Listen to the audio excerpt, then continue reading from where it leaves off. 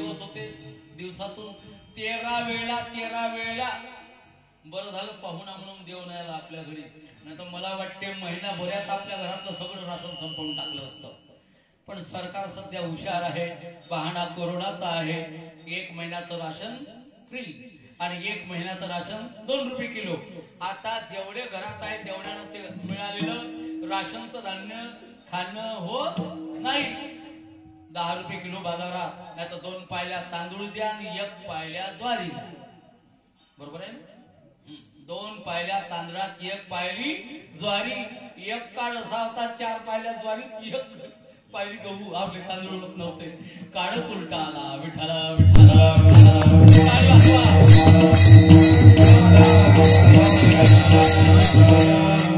प्रसंग असा आहे. अपरात्री दुर्वासुशी दुर्योधनाच्या सांगितल्याप्रमाणे पांडवांचं सत्व हरण करण्याकरता वनात गेले आणि अपरात्री धर्मराज आम्हाला जेवण दे. सूर्यानं दिलेली एक थाली होती द्रौपदीकडे, पांडवांच्याकडे. हजारो नाही लाखो साधू संतांना ते वनात जेव घालायचे इच्छा होत. पण सूर्योदय ते सूर्यास्त या कालावधीत त्या थालीतून पाहिजे ते पदार्थ निघत होते. आपल्या माता भगिनी इतक्या साधारण नव्हत्या. मनात राहिल्यावर ही व्यवस्था द्रौपदीने स्वतः करता करून घेतली, सूर्याची उपासना करून. अनेक ऋषी मुनींच्या पत्न्यांनी तपश्चर्या करून कामधेनू मिळवून घेतल्या होत्या. त्यात वसिष्ठ पाहिजे ती व्यवस्था वनामध्ये पाहिजे त्या वेळेला केल्या जात होती. ही श्रीमंती या ऋषी मुनींच्या जवळ होती. दुर्वासांना त्यांना छल करण्याकरता पाठवलं. अपरात्री पांडवांना जेवण मागा. अपरात्री जेवण मागण्याकरता गेले. इच्छा भोजन द्या. त्यावेळेला धर्मराज रडायला लागले आणि रडत रडत पत्नीच्या तोंडाकडे पाहायला लागले.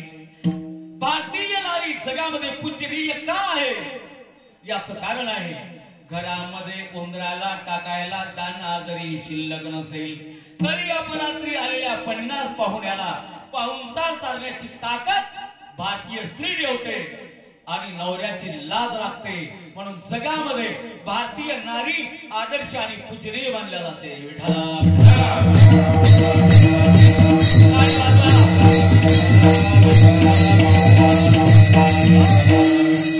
द्रौपदीच्या तोंडाकडे धर्मराज बघायला लागले. काय करू आता, काय करू आता. सत्व हरण होण्याची वेळ आली. म्हणे काळजी करू नका, तुम्ही जरा ऋषींना सांगा आंघोळी करा म्हणा, तेथपर्यंत मी व्यवस्था करते. आणि कृष्णाचा दावा करायला लागली. भगवान कृष्ण जेवायला बसलेले, हातातला घास खाली ठेवला. द्रौपदीच्या जवळ आले. सांग ताई, पण तू सांगण्याच्या आधी मला म्हणे जेवायला दे. आपल्याला भूक लागली पहिल्यांदा. अरे म्हणे तेच करायला तुला बोलावलं ना, आता घरात काही जण घालू काय तुला जेवायला. काहीतरी असं. हा बाबा नाटक करण्यामध्ये पटाईत आपला कृष्ण नंबर 1 यानंच एक मेथीचं पान त्याला लावून ठेवलं त्या थालीला.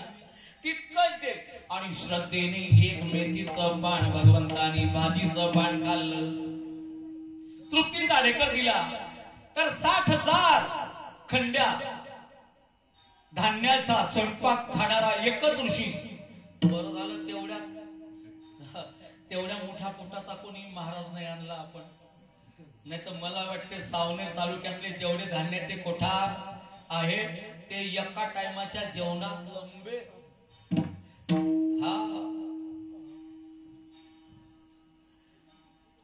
60,000 खंड्या अन्न, तेवढा स्वयंपाक एकट्याला दुर्वासाला एका वेळीच्या जेवणाला लागायचा. बाकीचे चांगले तब्येतीनं तसेच होते, पण त्यांच्याही भुका एका सेकंदात गेल्या.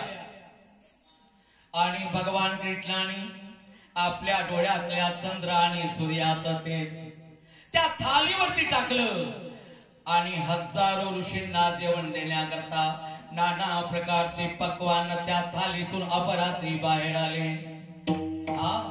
तिकडे डुप्लिकेट द्रौपदी, धर्मराज, भीम, अर्जुन, नकुल, सहदेव नदीमध्ये झाले आणि बासुंदी सहित सर्व पदार्थ त्या ऋषींना जीव घातले. तृप्तीचा ढेकर देत सगळे त्या नदीच्या वाळूवर झोपले. तर इकडे स्वयंपाक तयार आहे म्हणून भीम दादा बोलवायला गेले. चला जेवायला. बोलायला हरकत काही काही माणसं बोलायला भरली अरकाट असतात. आपलं भाग्य आहे की असं अरकाट कोणीही पेंडवीत नाही, सगळेच पाया पडणारे आहे. घाबर का दादी बकू चला. आता आणले का आले तुम्हाला? तुम्हाला आणले का आले? फुकटच खाल्ला का सकाळचा नाश्ता? नाही तर आपलं ड्युटी बिलनं उचलणं गावाकडे जा अशी म्हणणारी माणसं भेटतात आपल्याला. विठाला विठाला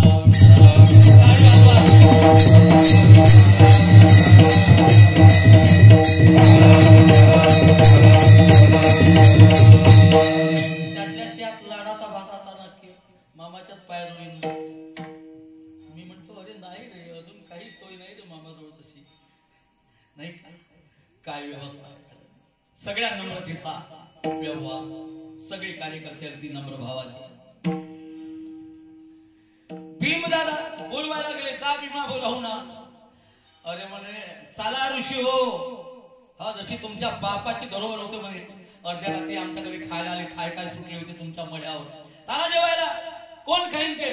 भीमा बोलू नको, आताच तर तुला वाढलं रे. आणि चांगलं वाढून वाढून वाढून वाढून आमचे पुट फुगले. मग म्हणे तो स्वयंपाक केला, घरचा जेवण कोण? मीच वाढत होतो म्हणे. हो तूच वाढत होता म्हणे. नाही मी नाही होतो. 200 ऋषी एकावर एक ठेवले, जसे कडव्याचे घाणे ठेवते तसे. हा पेंड्या ठेवतो का नाही गवताच्या, बांधला गठ्ठा 200 जणांचा, उचलला डोक्यावर. मार बासुंदी सांडायला लागली त्याच्या तोंडातून. बासुंदी सांडायला लागली, यालाच वाढली होती. अरे पण कंठापर्यंत आली ना बासुंदी, पण ते कोण पिन? बसा म्हणे तुम्ही. त्यानं बासुंदी पिली होती आणि गळ्यापर्यंत येईपर्यंत पिली होती. त्या सगळ्या ऋषीनं तोंडात बोट टाकूच जाय आणि बासुंदी पीत जाय. आली का इथपर्यंत, आली का इथपर्यंत. आणि मग आपण वाकलो तर सांडेल म्हणून तिथं लावला होता एक एक वडा. तिथं काय लावला होता? एक एक वडा. शंकरराव मी त्या पंक्तीला नव्हतो, पण वाढणाऱ्यानं सांगितलं म्हणून. आणि मग भीम आला, गदाचा तर जसळत जाय, चालता का नाही म्हणून हे सांडली नाही पाहिजे बासुंदी म्हणून म्हणे तिथं डुसू लावला. आपल्या भाषेत कॅप लावली. आता काही जेवायची गुंजाईश नाही. जेवायची गुंजाईश कशी नाही आहे म्हणे. चला पंक्तीत बसा. बसवले सगळे पंक्तीत. भीम म्हणे आ करा. आ केलं, त्या गोड्याने छिद्र पाडलं. आ करायला लावलं, त्या गोड्याने छिद्र पाडलं. चाळीनं बासुंदी भरावं लागला. चाळीनं प्या बासुंदी. तुमच्या बापानं तुम्ही घेऊन घे, हे तुमच्यासाठी गेलं. अर्ध्या रात्री पिन कोण? अरे कुठं टाकाव रे. त्या गोड्याला छिद्र पाडलं आणि ऋषीच्या तोंडात पुन्हा बासुंदी ओतायला लागला. आणि तेव्हापासून वड्याला छिद्र पाडायची पद्धत आली. त्याच्या आधी वडे सगळे राहत होते, वडे सगळेच राहत होते. तेव्हापासून पद्धत आली. आणि पाहुणा अधिक जेवल्यावर आग्रहाने त्याला पुन्हा जीव घालता यावं म्हणून वड्याला छिद्र पाडल्या जायला लागलं. विठाला विठाला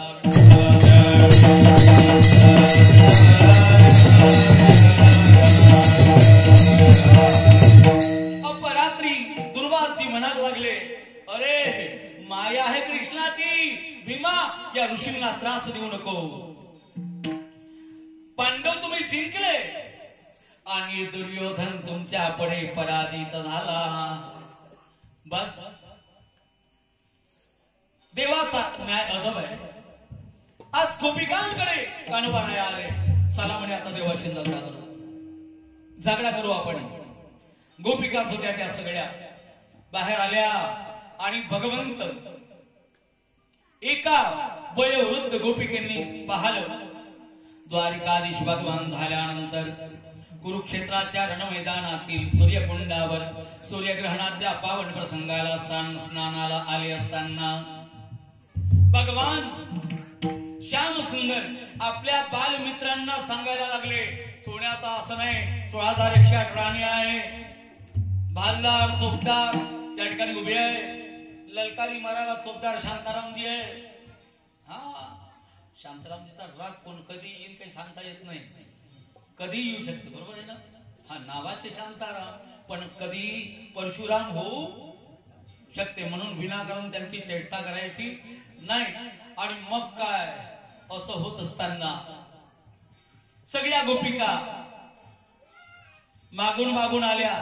गोपाळ जे होते त्यांनी पाहिलं, काय रे आपला मित्र लेखा राजा झाला. गड्यानो राजा की रे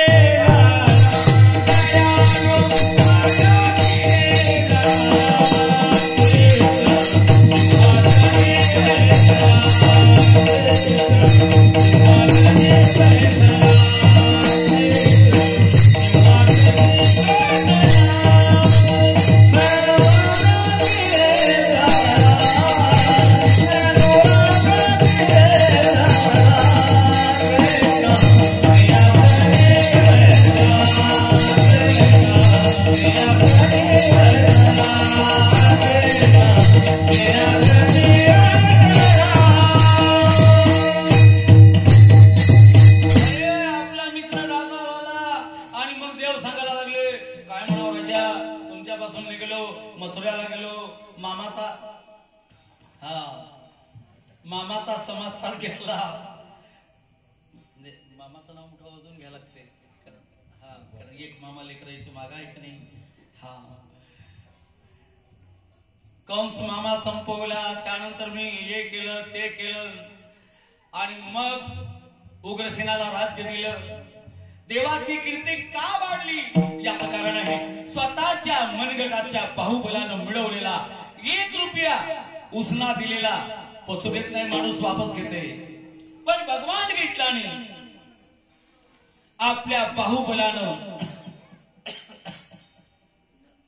कंसाला ठार मारून मिळवलेलं मथुरेचं साम्राज्य उग्रसेनाला दान दिलं. म्हणून देवाचं चरित्र मोठं ठरलं. विठाला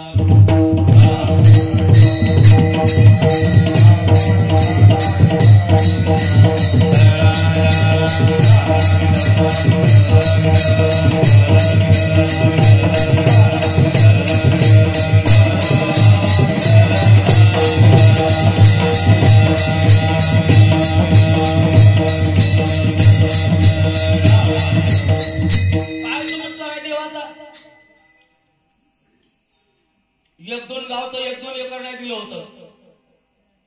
मथुरा प्रदेशाचं साम्राज्य देवाने मिळवलं आणि उग्रसेनाला दानात देऊन टाकलं. म्हणून चरित्र देवाचं योग्य ठरलं. तो देव ठरला. उगीच कालेच्या प्रसंगाला कृष्णाच्या लीला नाही. त्याच्यासारखा दान देता दाता कोणीच नाही. मला सांगा इमानदारीनं, पुतना मावशी दूध पाजायला आली होती का जहर पाजायला आली होती? जोरानं बोला ना सगळे, माझे कान थोडेसे कमजोर झाले. पुतना मावशी दूध पाजायला आली होती की जहर पाजायला? जोरात बोलू ना आपण. जहर पाजायला आली होती. तरी तिला भगवंतानी मुक्ती दिली. मग भजन करून पेंढरीभर पावल्या खेळणाऱ्या आमच्या माता भगिनी, तरुण बांधव आणि आमच्या बालगोपालांना मुक्ती का देणार नाही?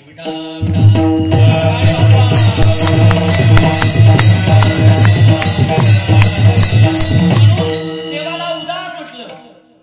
उदार तू हरी, उदार तू हरी.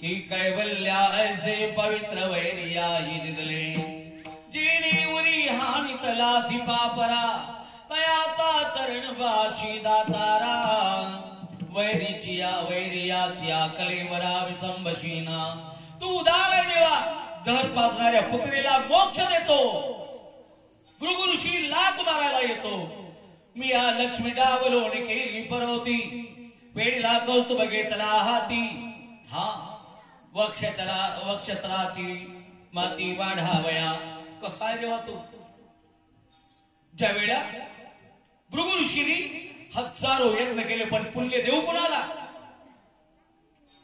ब्रह्मदेव नापास झाले भगवान शंकर परीक्षेत नापास झाले भगवान विष्णूकडे गेले भगवान विष्णू आई साहेब लक्ष्मी सहित बसले होते त्यांना माहित होतं भृगुजी काय करणार आहे लगेच इशारा केला पत्नीला please you go inside the home मेहरबानी करके आप घर के अंदर जाओ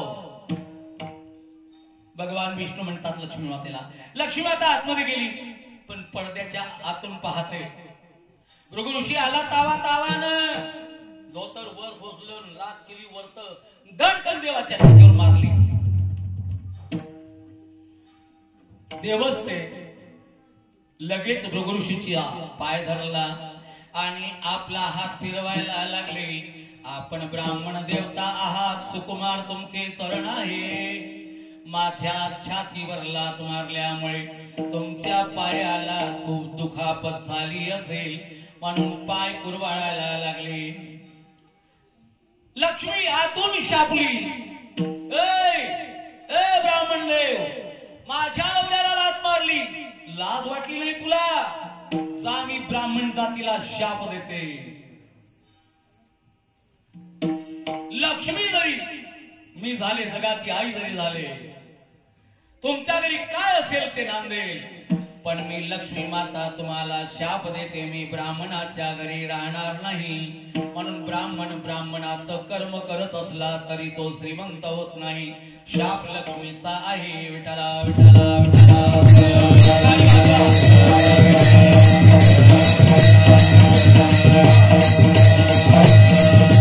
ज्या ठिकाणी लक्ष्मी आहे त्या ठिकाणी सरस्वती नाही सरस्वती आहे त्या ठिकाणी लक्ष्मी नाही बास भांडण आहे दोघींचं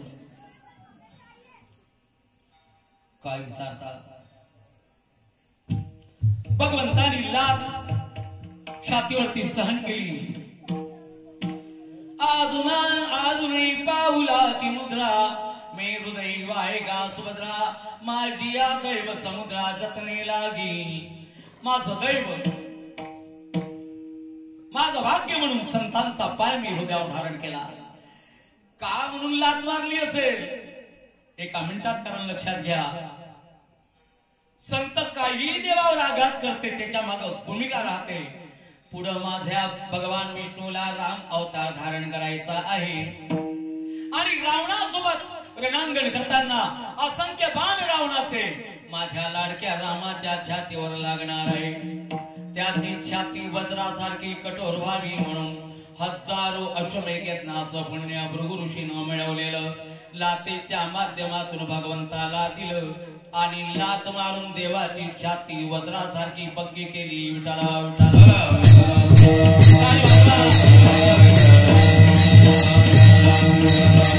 भगवंताचा न्याय अलग आणि अजब आणि गजब आहे भगवंत अरे राजा झाला राजा झाला राजा झाला गोपाळ म्हणायला लागले तेवढ्यात एक वयोवृद्ध गोपिका होती तिनं कमरेला शेवाचा पदर खोसला आणि देवाला म्हणायला लागले ए काय पडाई मारून राहिला तू आम्हाला माहित नाही का अभंगाच्या दुसऱ्या क्रमात काय बराई दिखावत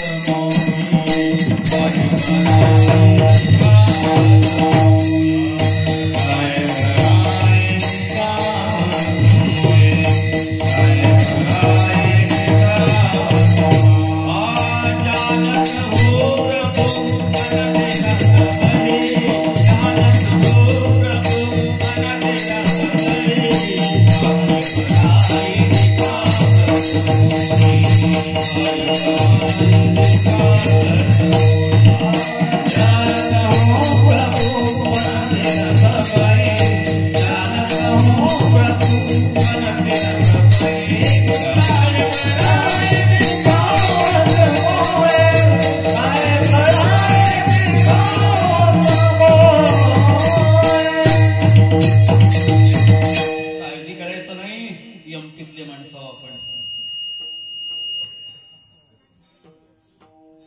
एकदम देवाला सांगायला लागली ती गोपिका, बडाई मारायची नाही, काही बडाई दिखावत मोई. काय बडाई मारायला लागला? हा, मी देव झालो, मी देव झालो, इतके मारले तितके मारले, तितके पेटवले तितके डुबवले. मला माहित नाही का तू काय काय केलं म्हणून? बडाई मारू नको. जानता हूं रघुबना तेरा सवई, तुझा मोठेपणा मी जाणते. तुला लहानपणी काय केलं हे मला माहित आहे. अभंगाच्या पहिल्या तलाचे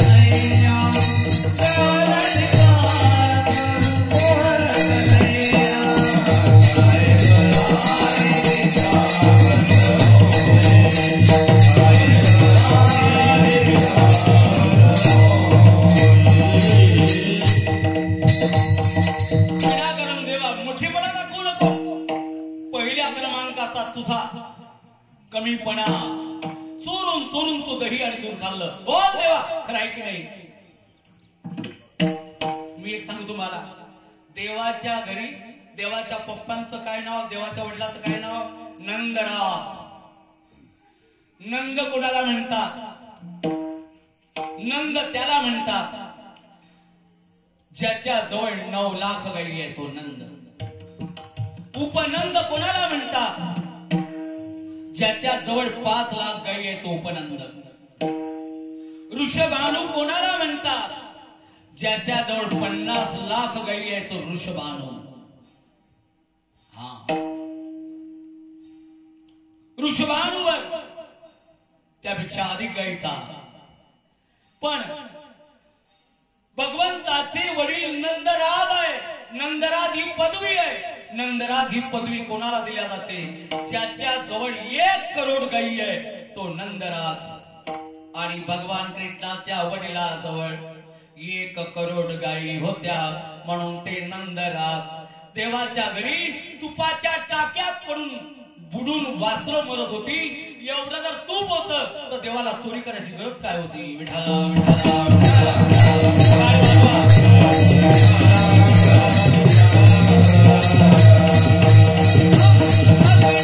देवावर चोरीचा आरोप तरी लावायचा कशाला? पण संतांनी जर आरोप लावला तर तो खोटाही नसेल, पण आहे जर खरा तर त्यामध्ये काहीतरी कारण असेल. काय असेल? एकदाची घटना आहे. गावातल्या ज्या गल्लीने निघाली नंदराणी, त्या गल्लीतून चालत असताना गावातल्या महिला म्हणायच्या, पायरे चोराची माय चालली, पायरे चोराची माय चालली. रडायला लागली आई गली. कन्हैया, जिस गली से गुजरती हूँ उस गली के लोग मुझे बोलते हैं, एक चोर की माँ जा रही है, चोर की माँ जा रही है. सच बोल, तूने क्या चोरा, क्या चुराया? किस बात की तूने चोरी की? त्यावेळेला राधा राणीला बोलावलं. कृष्णाने, राधा तुझे मेरी कसम मैंने चोरी की, इसका मतलब मैंने क्या चुराया? चित्त चोरी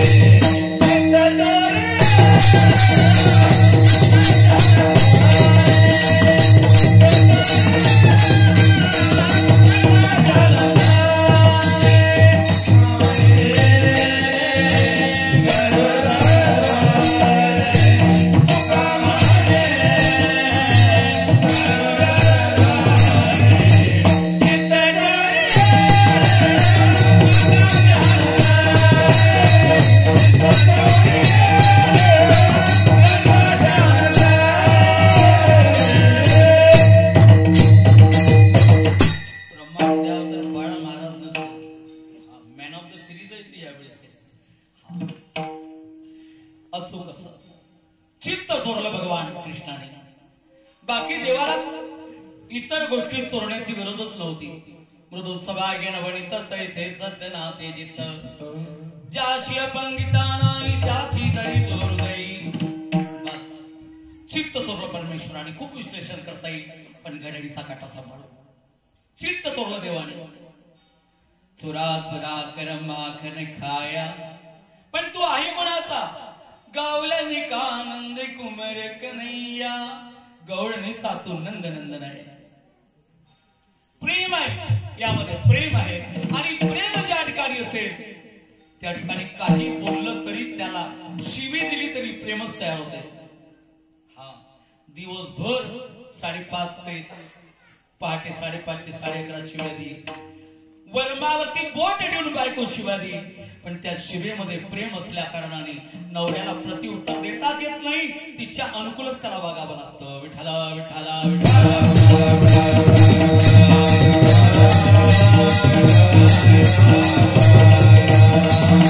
भगवंताची ती लीला आहे. लक्ष द्या. आणि असा चित्त चोरणारा परमात्मा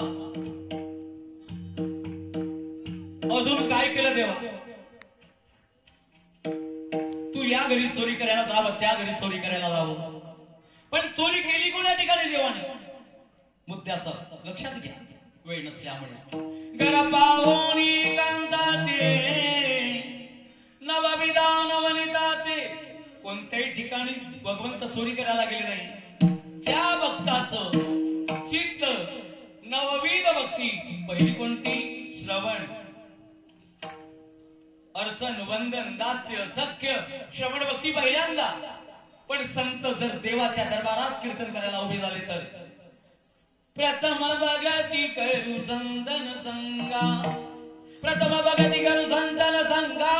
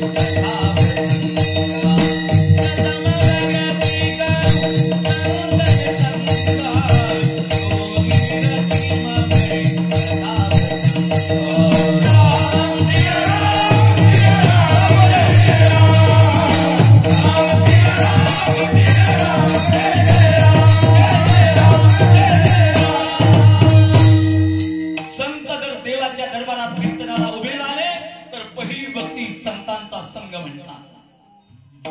संत संगती दे चरण सेवा श्रीणी तुझा विसर न पडावा. संत संग मिळावा. संतांच्या संगतीमध्ये भगवत नामाची चर्चा होते आणि चित्त निर्मळ होते. तुका म्हणे चित्त झाली या निर्मळ येऊनी गोपाळ राही तिथे. असं नवनीत हा नवविध भक्ती निर्मळ झालेलं चित्त निर्मळ चित्ते झाली नवनीते. हा एकमेका पाया पडते रे नाही का. काय आहे आनंद. आज आपण नाचत होतो. नाचती आनंद कल्लोळी पवित्र गाणे नामावळी. नाम घेत नाचतो आपण. चित्त निर्मळ झाल्याचा परिणाम. एकमेकाच्या पाया पडतो आपण. चित्त निर्मळ झाल्याचा परिणाम. या ठिकाणी मग मुलीची सासू नाही आणि मुलाची मम्मी नाही. सगळीच एकमेकांच्या पाया पडतो. पंढरीची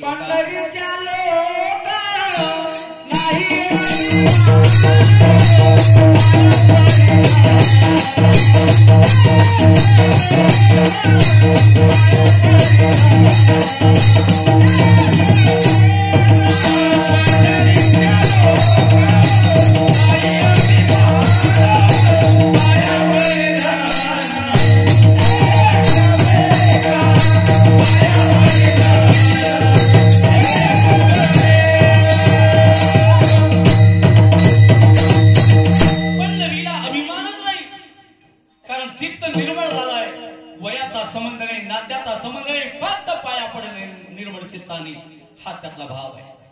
बस.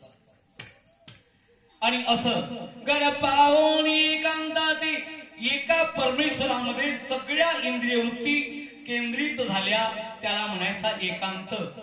नाही तर घर सोडून निर्जन वनात जाऊन बसावं. बायको सोडून जावं आणि वनात गेल्यावर पुन्हा बायकोच स्मरण करावं. याला एकांत नाही म्हणत. एकांत याचा अर्थ सर्व इच्छेचा अंत एका देवाच्या करता करणे आणि आता एका परमेश्वरापासून इतर कोणाचं ध्यान न करणे याला एकांत म्हणतात. आणि गौरवण्याची ती अवस्था आहे. हा विषय तो त्यांचा झाला नारायण नावडे जनधन माता पिता. बस अशी गौरवण्याची अवस्था. म्हणून त्या गोपिकाचं चित्त भगवंतानी चोरलं. परमात्मा ही लीला करणारा. अशी लीला करत असताना देवा आम्हाला माहीत आहे चोऱ्या करत होता तू. चुरा चुरा करंबा कर खाया गौरन कानंद कुमर कन्हैया. काही बड़ाई दिखावत मोही जानत हूं प्रभुपना तेरा सबही. पण देवा एवढ्यावर तो थांबला नाही. ती गवळण प्रेमाच्या अर्थभावाने भगवंताची एक एक लीला रागावलेल्या भरात पण पोटामध्ये प्रेम ठेवून बोलायला लागली. अरे त्या काळातल्या गवळणींचा नियम होता पहाटेला उठणे. प्रातकाळी रात्री उठल्या गवळणी बाळा घुसळण मांडले घरोघरा नित्यानंदे परमानंदे गाती मदन सावळा सावळा गुम गुम करीती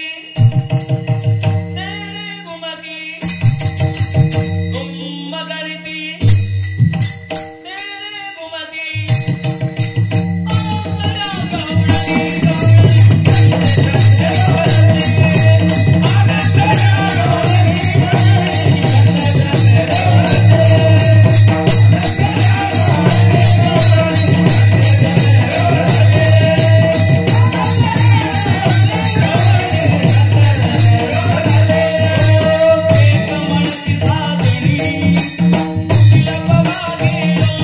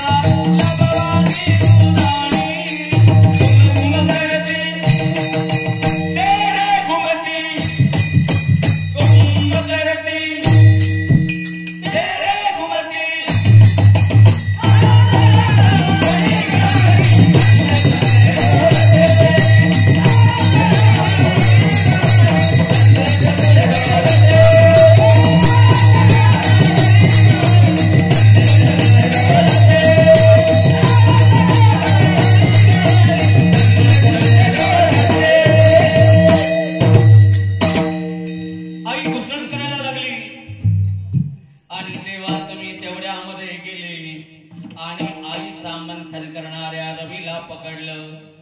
आई बोलायला लागली, सोड रवीचा हात रे करू दे मंथन. सोड रवीचा हात मंथन करू दे. त्यावेळेला तू हात सोडेना. आईने तुला मांडीवर घेतला आणि स्तनपान करायला लागली. डोक्यावर हात फिरवताना आई म्हणायला लागली, बाळा कृष्णा, तुझ्या एवढं जगात मला काहीच प्रिय नाही, काहीच प्रिय नाही. बास माझा कृष्ण की नाही मला माझा प्राणापेक्षा प्रिय आहे. भगवान दूध पेत जाते एका डोळ्यानं आईकडे पाहत जाते. थांब न मम्मी, एका सेकंदात चुलीवर दूध ठेवलं होतं. विस्त्याला आज्ञा करी जोडानं भडकणं आणि चुलीतला विस्तो भडकला आणि दूध भरो भरो उतू जायला लागलं. कृष्णाला खालचं ठेवलं आणि दुधाचा कड दाबायला आई चुली जवळ धावायला लागली आणि कृष्णाने रडायला सुरुवात केली. माँ अभी बोलती थी ना, कन्हैया तेरे से ज्यादा दुनिया में और कोई मुझे प्यारा नहीं है. आज मुझे पता चला कि मुझसे तुझे दूध अधिक प्यारा है. बस जा रहा हूं मैं, जा रहा हूं मैं. नाटक करावं तर कृष्णानंच करावं. ते पुढे पडते, आई मागे धावते, बाळा थांब, अरे बाळा थांब रे. आईनं पकडलं आणि बांधलं. देवाला बांधायची ताकद भक्ताच्या प्रेमातच आहे. कथा मोठी आहे. आणि देवा बांधण्याच्या बहाण्याने विमलार्जुनाचा तो उद्धार केला. अभंगाच्या 3ऱ्या चरणात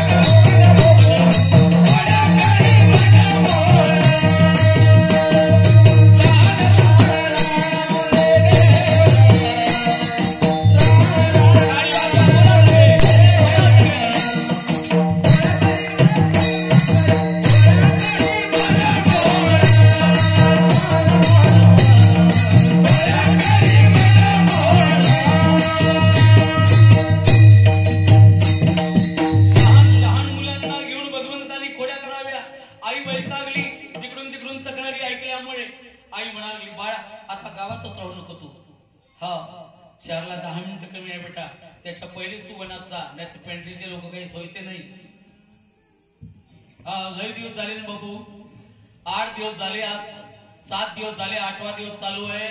आपल्या बॅगा भरा. हा आणि लवकर. हा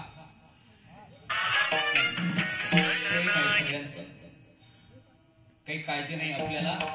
पेंट शिर्डीकरांचं प्रेमच आहे, पण आपल्याला नाईलाजाने घरच्या धाकापुटी बॅगा भराव्या लागते. फक्त माझी थोडीशी सुविधा झाली लेकराची माय संग आल्यामुळे. हा मामा सोबत असल्यामुळे, नाहीतर शिव्या दरवर्षीच खातो. काला झाल्याबरोबर का नाही आले, आता का नाही आले म्हणून उत्तर द्यायची गरजच नाही. याच ठिकाणी सगळं आहे. विठ्ठला विठ्ठला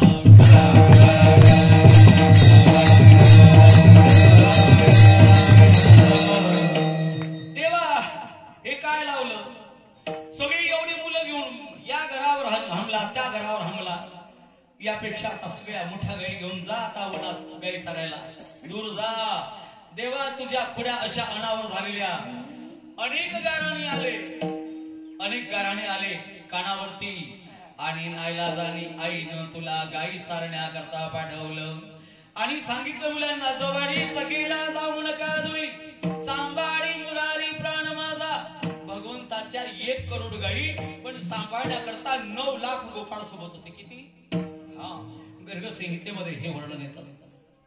9 लाख गोपाळ आणि मोठी गंमत आहे. काला करती संत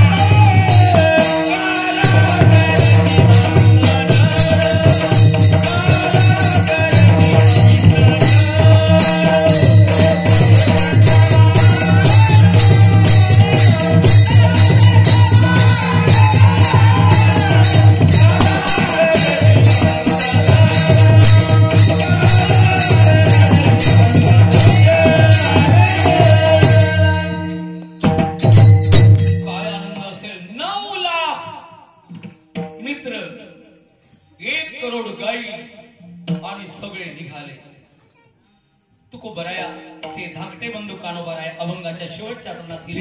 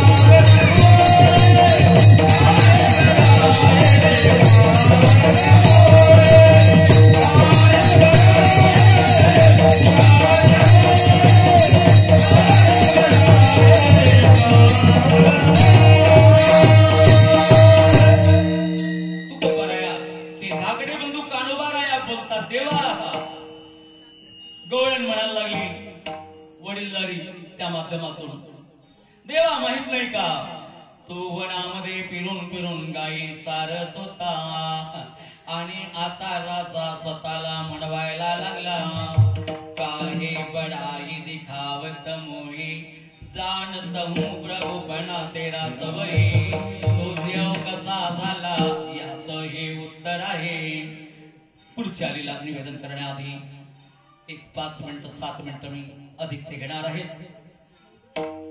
दोन्ही हात सगळ्यांनी वर करावे कारण द्वितपपूर्ती सोहळा आहे।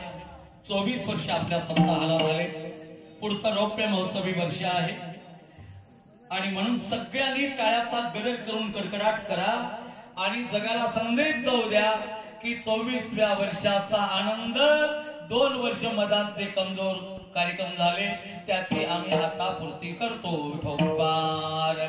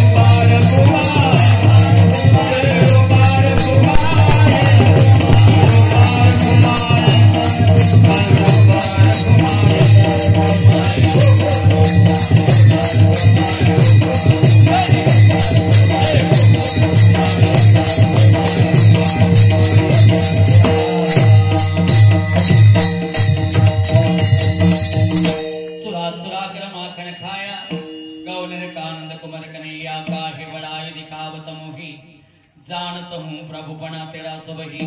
देवा तू गाई चारायला गेलास, आजच्या प्रसंगाला काल्याच्या करता अपेक्षित आहे कथाभाग। गोकुळातील केलेल्या लीला त्या 2 प्रकारच्या आहेत। एदशे चरित्र केले नारायणे रांगता गोधने राखिताही। रांगताना केलेल्या लीला आणि गाई चारताना केलेल्या लीला काल्याच्या प्रसंगाला 2च अपेक्षित आहे, बाकीच्या देवाच्या इतर लीला अपेक्षित नाही। आपण जर श्रीधाम वृंदावनात गेलो तर वृंदावनातल्या कथांची समाप्ती भगवंताच्या रासक्रीडी होते आणि महाराष्ट्रातल्या कथांची समाप्ती कृष्णाच्या गोकुळातल्या बाललीला रांगताना केलेल्या आणि गाई चारताना केलेल्या त्या गोपाळाच्या संगतीच्या लीलाने आपली समाप्ती होते। हे विठ्ठला विठ्ठला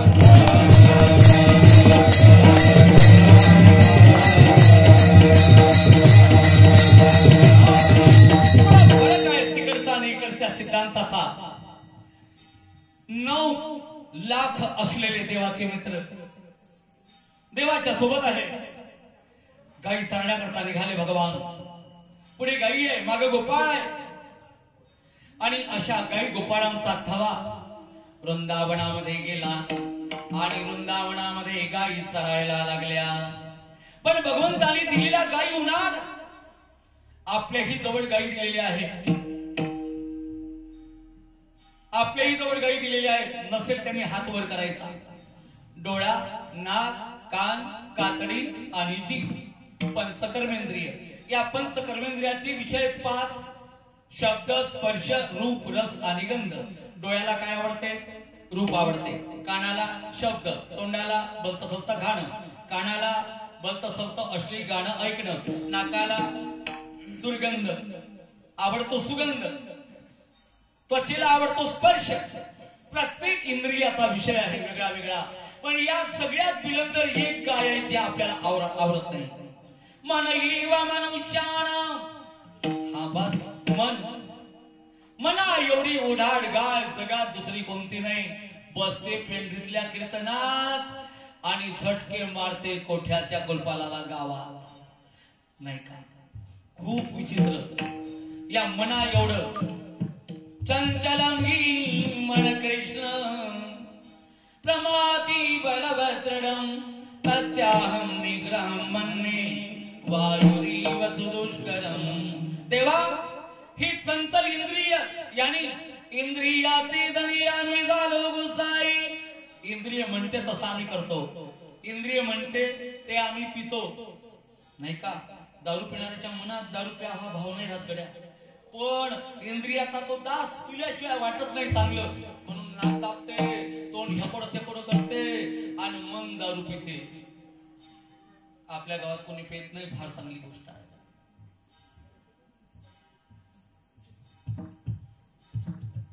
आपल्या गावात कोणी पेत नाही, चांगली गोष्ट आहे. वाकडं तिरपं तोंड का करते? इंद्रियाला पटत नाही. पण काही इंद्रियाला दारू घेतल्याशिवाय राहतच नाही, म्हणून वाकडं तिरपं तोंड करून तो पितो. नाही का? इंद्रियाचा दास झाला. मला भरपूर स्पष्टीकरण देता येईल, पण वेळ संपल्यामुळे पुढे जातो. देवा, या तुझ्या बिलंदर गाई आमच्यानं काही राखणं हो नाही. या तो गाई घे आणि अल्लग राख. चला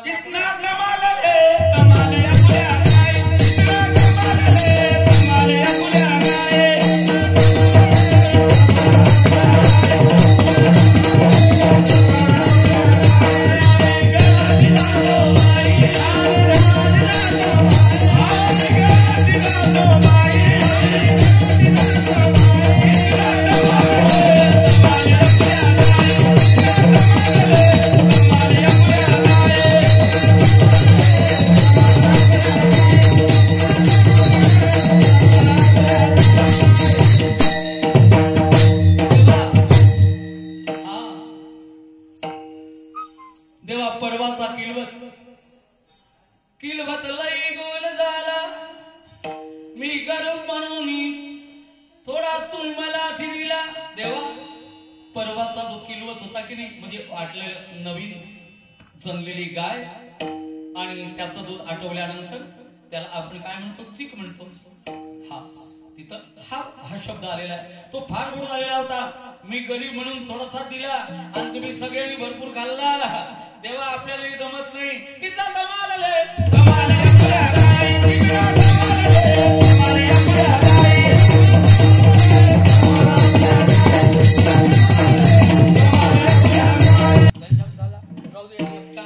आपल्या घरी पही आणि हे का करायचं ते करून काय विचारता? सगळ्या गोपाळांनी एकटी केली, देवाला एकटा पडला. त्याच्या पार्टीत एकही नाही, एकही नाही. जसं आपल्या महाराष्ट्रात झालं की नाही, फडणवीसाच्या पार्टीत एकही नाही. येईन जमवलं आणि 3 तिघांना तिघाचं सरकार चालून राहिलं. तशी अवस्था. देव एकटा पडला बिचारा.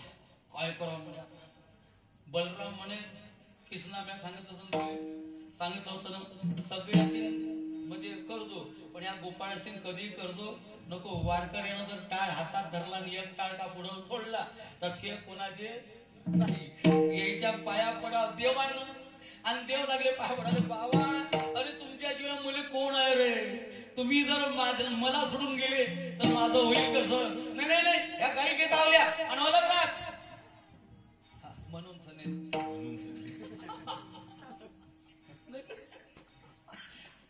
देवा, या सगळे तुझ्या गाई घेऊन वेगळ्या राख. आपल्याला नाही जमत आहे, बिलकुल पडत नाही देवा तुझं. देव हात जोडत जाईल, गोपाळ ताना मारत जाईल. कानोबा कानोबा कानोबा, हे कानोबा ऐक बरं का. निवाडी आपली गोधने,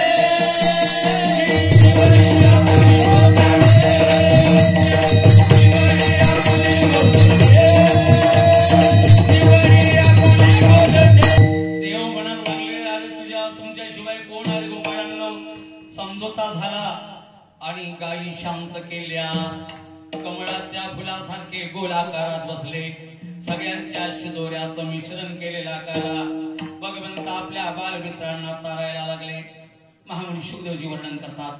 बिभ्रत वेलुम जठर पटयो शृंग वेत्रेत गक्षे वामे पानो मठुल कवलम तत्फलां नेंगुलेचु तीक्तन्मध्ये सपरि हृदयो हासयन् नर्मभिस्वये स्वर्गे लोके विशति बुबुधे यज्ञभोग बाल गेली गोपाल कृष्ण की जय.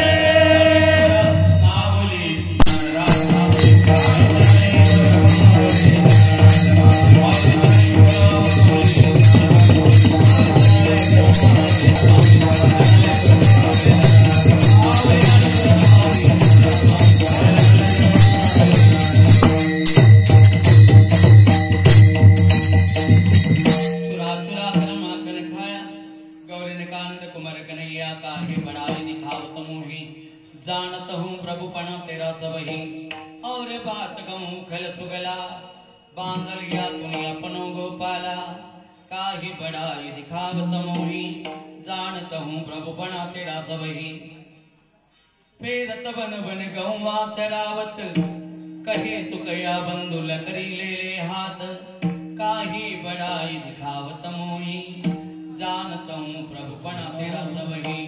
झालेली सेवा प्रभू चरणी समर्पित करतो. संबंध लाडके आमचे या नगरातले आदिवासी बांधव तद्वत समस्त काकडे कुटुंबीय बावनकोळी परिवार आणि ठाकरे कुटुंबीय तद्वतच राहिलेली सगळी लहान मोठी सर्व मंडळी सगळ्यांचं अपार स्नेह आणि खूप मोठं प्रेम आहे. त्या प्रेमापोटी पाहता पाहता हा एक नाव सुटूनच गेलं. आदरणीय काकाणी कुटुंबीय दीपकजी काकाणी आणि इतर सगळे काकाणी कुटुंबीय सगळ्यांना व्यासगादीवरून वंदन करतो.